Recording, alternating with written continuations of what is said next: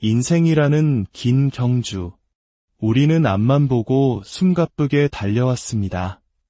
언젠가 저 결승선만 통과하면 모든 짐을 내려놓고 편히 쉴 수 있을 거라 믿었지요. 그 결승선의 다른 이름은 바로 퇴직이었습니다. 매일 아침 알람 소리에 놀라 눈을 비빌 필요도 없고 상사의 눈치를 살피거나 까다로운 실적 압박에 시달리지 않아도 되는 완전한 해방의 시간. 진짜 나로 살아가는 인생 이막이 화려하게 펼쳐질 것이라 우리 모두는 그렇게 기대했습니다. 그래서 퇴직은 오랫동안 가슴에 품어온 꿈이었습니다. 하지만 막상 그 꿈이 현실이 되는 순간 우리는 낯선 질문 앞에 홀로 서게 됩니다. 이제 나는 어디로 가야 하는가? 퇴직 후 주어진 자유로운 시간은 생각보다 무거웠고 그토록 원했던 자유는 예상보다 훨씬 더 외로웠습니다. 오늘 우리가 함께 나눌 이야기는 그 누구도 제대로 알려주지 않았던 퇴직 후의 진짜 삶, 그 민낯에 대한 기록입니다. 평생의 직장 생활을 막 마무리하셨거나 퇴직을 앞두고 계신 분이라면 부디 이 이야기에 끝까지 귀 기울여 주시길 바랍니다.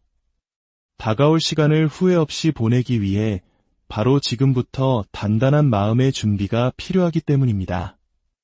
만약 이 이야기들이 당신의 마음에 작은 울림을 준다면 잠시 시간을 내어 저희의 여정에 동참해 주십시오. 당신의 구독과 좋아요는 이 지혜가 더 많은 이웃에게 닿을 수 있는 따뜻한 길이 됩니다. 여러분의 손길 하나하나가 모여 우리의 두 번째 인생을 더욱 풍요롭게 만들 수 있습니다. 첫 번째 이야기는 평생을 교단에서 보낸 한 여성의 목소리로 시작됩니다. 최명자 씨는 38년간 교사로 일했습니다. 아이들을 가르치는 일은 그녀에게 단순한 직업이 아니었습니다. 그것은 그녀의 정체성이었고 삶의 자부심 그 자체였습니다. 퇴직 직전까지 고등학교 교감으로 재직하며 그녀는 언제나 최 선생님, 교감 선생님으로 불렸습니다. 교무실에 들어서면 누군가 문을 열어주었고 회의 자리에서는 모든 이의 시선이 그녀에게 집중되었습니다. 하지만 퇴직 후 석 달이 지난 어느 날 동네 시장을 걷던 그녀는 등 뒤에서 들려온 한마디에 그 자리에 얼어붙고 말았습니다. 아줌마, 저기 계산 안 하셨어요. 그 순간 최명자 씨는 차마 뒤를 돌아볼 수 없었습니다. 수십 년간 자신의 이름처럼 불렸던 선생님이라는 호칭이 한순간에 사라지고 이름 없는 아줌마가 되었다는 사실을 뼈저리게 실감한 것입니다. 그녀는 훗날 이렇게 말했습니다. 난 그냥 퇴직한 게 아니라 세상에서 사라진 거였더라고요. 처음 몇 달은 꿈만 같았습니다. 하루 종일 책을 읽고 미뤄두었던 자수를 배우고 주말에는 남편과 영화를 보며 여유를 만끽했습니다. 하지만 시간이 흐를수록 세상에서 자신의 자리가 점점 좁아지고 있다는 공허함이 밀려왔습니다. 집에서는 그저 아내, 아들 집에 가면 그저 할머니일 뿐 최명자라는 사람은 어디에도 없는 것 같았습니다. 그녀에게 가장 힘들었던 것은 2년 먼저 퇴직한 남편과 하루 종일 부딪히는 일이었습니다. 남편은 오전에 뉴스를 보고 오후엔 동네 친구들과 술잔을 기울이는 것이 일과였지만 명자 씨는 여전히 규칙적인 생활 속에서 의미를 찾고 싶었습니다. 서로 다른 생활 패턴은 사소한 말다툼으로 번졌고 부부 사이에는 냉랭한 기류가 흘렀습니다. 함께 있는 시간이 많아지면 더 가까워질 줄 알았는데 오히려 더 멀어졌어요. 우리가 이렇게 다른 사람이었는지 이제야 알게 된 거죠. 결국 명자 씨는 결단을 내렸습니다. 하루 중 오전 9시부터 오후 1시까지 이 4시간은 오롯이 자신만의 시간으로 정하기로 한 것입니다. 그녀는 그 시간에 동네 도서관에서 자원봉사를 시작했고 지역의 중장년 여성들과 함께 고전 읽기 모임을 만들었습니다. 틈틈이 짧은 시를 써서 동네 게시판에 붙이기도 했습니다. 그러자 신기한 일이 벌어졌습니다. 잃어버렸던 자신의 하루가 자신의 삶이 다시 그녀를 부르기 시작한 것입니다. 남편과의 관계도 회복되었습니다. 함께 있는 시간이 줄어든 만큼 같이 식사하는 시간이 더 소중해졌고 서로의 하루에 대해 묻고 답하는 대화가 늘었습니다. 퇴직이 우리를 망가뜨린 게 아니었어요. 우리 둘 다 아무 준비 없이 그 시간을 맞았던 게 문제였던 거죠. 사람은 아무리 오래 함께 살아도 같이 잘 있는 법은 따로 배워야 하는 것인지도 모릅니다. 특히 인생의 큰 전환점인 퇴직 후에는 더욱 그렇습니다. 요즘 최명자 씨는 6살 손자에게 시를 써줍니다. 손자의 이름으로 자신의 하루를 기록하는 할머니. 그녀는 퇴직 후 처음으로 자신의 이름을 다시 쓰기 시작했고 그 이름으로 세상과 새롭게 연결되고 있습니다. 퇴직은 우리의 사회적 이름을 지우기도 하지만 동시에 진짜 자기 자신의 이름을 찾아가는 시간이 될 수도 있습니다. 다만 그 시간을 회피가 아닌 성실한 설계로 받아들이는 사람에게만 그 기회가 주어지는 것 같습니다. 두 번째 이야기는 보이지 않는 신용의 벽에 부딪혔던 한 남자의 경험입니다. 김병국 씨는 퇴직하던 해봄, 아내와 함께 꿈에 그리던 제주도로 이주했습니다. 30년간 대기업 관리팀에서 일하며 앞만 보고 달려왔고 자녀들도 모두 출가시켰으니 이제는 좀 즐겨도 된다고 생각했습니다. 텃밭이 딸린 전원주택, 매일 아침 바닷길을 산책하고 오후에는 차를 마시는 삶. 완벽한 노후 설계처럼 보였습니다. 하지만 그 꿈은 5달 만에 차갑게 금이 가기 시작했습니다. 어느 날 집 수리와 차량 정비로 1,000만 원 가량의 급전이 필요해졌습니다. 그는 예전처럼 은행 모바일 앱으로 마이너스 통장 연장을 신청했습니다. 그러나 잠시 후 은행에서 전화가 걸려왔습니다. 고객님, 죄송하지만 연장이 어렵습니다. 현재 소득이 확인되지 않으시네요. 그는 당황했습니다. 아니, 나 작년까지 월급 꼬박꼬박 받던 사람이요. 신용등급도 좋고 연체 한 번 한 적 없는데, 하지만 돌아온 대답은 단호했습니다. 재직 중이실 때의 기준이 적용되었던 것이고, 현재는 자동 연장이 불가합니다. 은행 창구를 직접 찾아가도 결과는 같았습니다. 퇴직 후에는 신용평가 기준이 달라집니다. 정기적인 수입이 없으면 대출이 어렵습니다. 그 순간 김병국 씨는 깨달았습니다.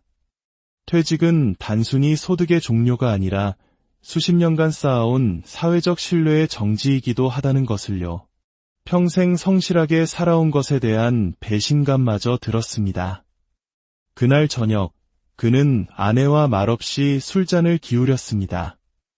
내가 이제는 돈도 빌릴 수 없는 사람이 되었다는 사실에 자존심이 상했습니다. 그는 평생 재무 계획을 세우고 예산을 관리하며 살아온 사람이었습니다. 계획 없이 사는 하루가 얼마나 위험한지를 체감한 그는 다음 날부터 다시 메모장을 꺼내 들었습니다. 소비 항목을 재정비하고 고정 지출을 줄였습니다. 외식은 주 1회로 제한했고 자동차를 파는 대신 자전거를 타기 시작했습니다. 그리고 자신의 경험을 재배치할 방법을 찾았습니다. 그는 격리 회계 프로그램에 능숙했습니다. 지인의 소개로 지역 소상공인들에게 무료 회계 컨설팅을 해주었고 반응은 기대 이상이었습니다. 그는 이것을 경험 재배치라고 불렀습니다. 나는 은퇴했지만 내가 평생 쌓아온 경험과 지식은 퇴직한 게 아니더라고요. 몇 달 후 그는 한 사회적 기업과 계약을 맺고 중소기업의 회계 멘토로 활동하며 월 40만 원의 자문료를 받게 되었습니다. 큰 금액은 아니었지만 그것은 그에게 월급 이상의 자존감이었습니다. 김병국 씨의 이야기는 단지 돈에 관한 것이 아닙니다. 퇴직 후 우리가 마주하게 될 사회적 신용의 무게, 그리고 그 무게를 이겨내기 위해서는 새로운 역할을 찾아야 한다는 것을 보여줍니다. 그는 오늘도 자전거를 타고 바닷길을 달리며 내일 만날 업체의 장부를 머릿속으로 그립니다. 내가 아직 세상에 쓸모있는 사람이라는 것, 그게 요즘은 참 고맙습니다. 세 번째 이야기는 관계에 단절이 가져온 깊은 침묵에 관한 것입니다. 오세만 씨는 소위 사람 좋은 사람이었습니다. 공기업에서 30년 넘게 근무하며 언제나 주변의 사람들이 넘쳐났습니다. 그는 자신이 사람들과의 관계 속에서 살아가는 존재라고 굳게 믿었습니다. 그러나 퇴직 후 6달이 지난 어느 오후, 그는 처음으로 깊은 침묵과 마주했습니다. 무료한 시간에 친구에게 전화를 걸어볼까 싶어 핸드폰 연락처를 열었습니다. 수백 개의 이름이 화면을 가득 채웠습니다. 김 부장님, 박 실장님, 이 대리님. 하지만 이상하게도 선뜻 통화 버튼을 누를 수가 없었습니다.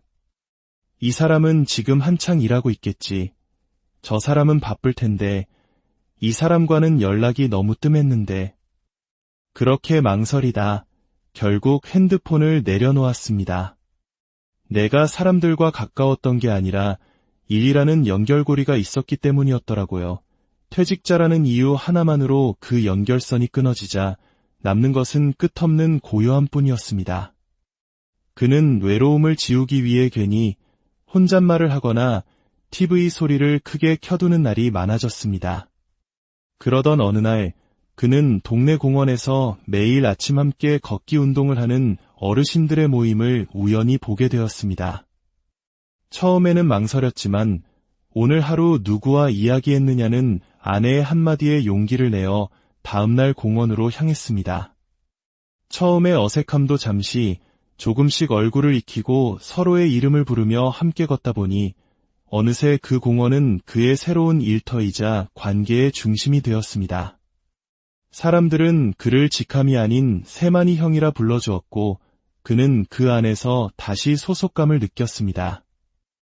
최근 오세만 씨는 동네 경로당에서 스마트폰 초보반 강사로 활동하고 있습니다. 젊은 시절 기계를 잘 다뤘던 그의 재능이 다시 사람들을 위해 빛을 발하고 있는 것입니다. 다시 누군가에게 필요한 사람이 되었다는 게 참 고맙습니다. 그의 이야기는 우리에게 묻습니다. 당신의 관계는 일을 기반으로 한 것입니까? 아니면 사람 그 자체를 기반으로 한 것입니까? 일터가 사라졌을 때 우리는 사람과 사람으로 다시 만나는 법을 처음부터 배워야 할지도 모릅니다. 네 번째 이야기는 너무 가까워져서 오히려 멀어진 한 부부의 기록입니다. 결혼 43년 차인 황정남 씨와 이분희 씨 부부. 퇴직 전 남편이 출근하면 아내는 자신만의 시간을 보냈고 저녁에 함께 식사하며 하루를 마무리하는 적당한 거리감 속의 평화를 유지하며 살았습니다. 그러나 공무원이었던 남편이 정년퇴직하고 하루 종일 집에 머물게 되면서 그 평화에 균열이 가기 시작했습니다.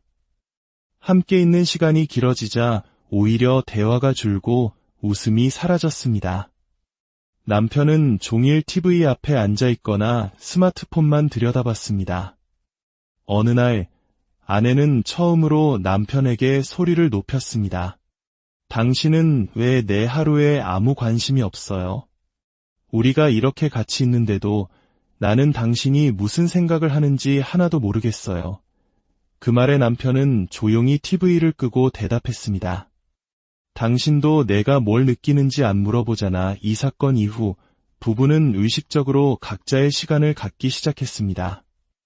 아내는 복지관에서 요가와 그림을 배웠고 남편은 도서관에서 글을 쓰는 습관을 들였습니다. 억지로 대화하려 애쓰는 대신 서로에게 공기 같은 거리를 선물하기로 한 것입니다. 그러다 우연히 참여하게 된 중장년 부부 토크 모임에서 남편은 사람들 앞에서 아내에게 처음으로 고맙다는 말을 했습니다.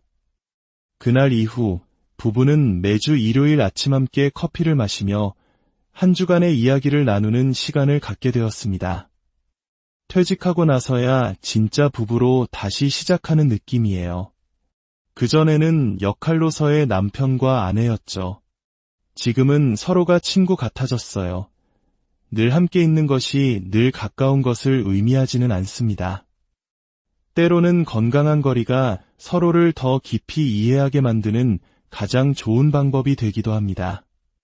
마지막 이야기는 잃어버린 것들 속에서 새로운 행복을 발견한 한 노년의 의사가 들려주는 지혜입니다. 저는 50년간 15만 명의 환자를 돌본 정신과 의사였습니다. 환자들에게 늘 마음은 몸보다 천천히 움직이니 너무 몰아붙이지 마십시오라고 조언했지만 정작 제 자신에게는 그 말을 적용하지 못했습니다. 퇴직 후 얼마 지나지 않아 왼쪽 눈의 시력을 완전히 잃었고 디스크, 고혈압, 당뇨 등 7가지가 넘는 병을 얻었습니다. 지팡이에 의지해 걷는 내 모습이 낯설게 느껴질 때마다 깊은 무력감에 빠졌습니다. 의사로서, 교수로서의 나는 사라지고 그저 조용한 방 안에서 숨만 쉬는 노인만 남아 있었습니다. 그러던 어느 날 아침, 남은 한쪽 눈으로 창밖을 바라보다 정말 오랜만에 햇살의 따스함을 느꼈습니다. 그 순간 문득 이런 생각이 들었습니다. 아직도 내가 느낄 수 있는 것이 있구나. 아직 나에게는 새로운 하루가 주어지는구나. 그날 이후 저는 병의 개수를 세는 대신 살아있는 감각을 세기 시작했습니다. 눈은 하나뿐이지만 해는 여전히 동쪽에서 떴고 밤하늘의 별은 변함없이 반짝였습니다. 손등을 스치는 햇살, 귓가를 간지럽히는 바람, 나뭇잎의 색깔, 세상은 여전히 아름다웠고 단지 내가 그것을 바라보지 않았을 뿐이었습니다. 사람들은 묻습니다. 그렇게 몸이 아프신데 어떻게 항상 웃고 계세요? 저는 이제 행복의 정체를 조금 알 것 같습니다. 행복은 과거의 기억 속에 있지 않았습니다. 행복은 바로 지금, 이 순간, 내가 숨쉬고 무언가를 느끼고 있다는 사실 그 자체였습니다. 여러분, 퇴직이란 결국 내가 삶의 어느 방향을 바라볼 것인지 스스로 결정해야 하는 순간입니다. 잃어버린 과거를 그리워할 수도, 다가올 미래를 불안해할 수도 있습니다. 하지만 잊지 마십시오. 가장 소중한 행복은 언제나 지금, 여기, 당신 안에 있다는 것을. 퇴직은 끝이 아닙니다. 그러나 그 시간이 충만한 행복이 될지, 텅 빈 공허가 될지는 퇴직 그 순간이 아니라 그 시간을 맞이하는 우리의 준비와 태도에 달려 있습니다. 잃어버린 이름을 되찾기 위해 한 줄의 시를 쓰고 끊어진 관계를 잇기 위해 공원으로 발걸음을 옮기고 새로운 역할 속에서 자신의 쓸모를 증명해내며 우리는 인생 이막의 주인공으로 다시 태어날 수 있습니다.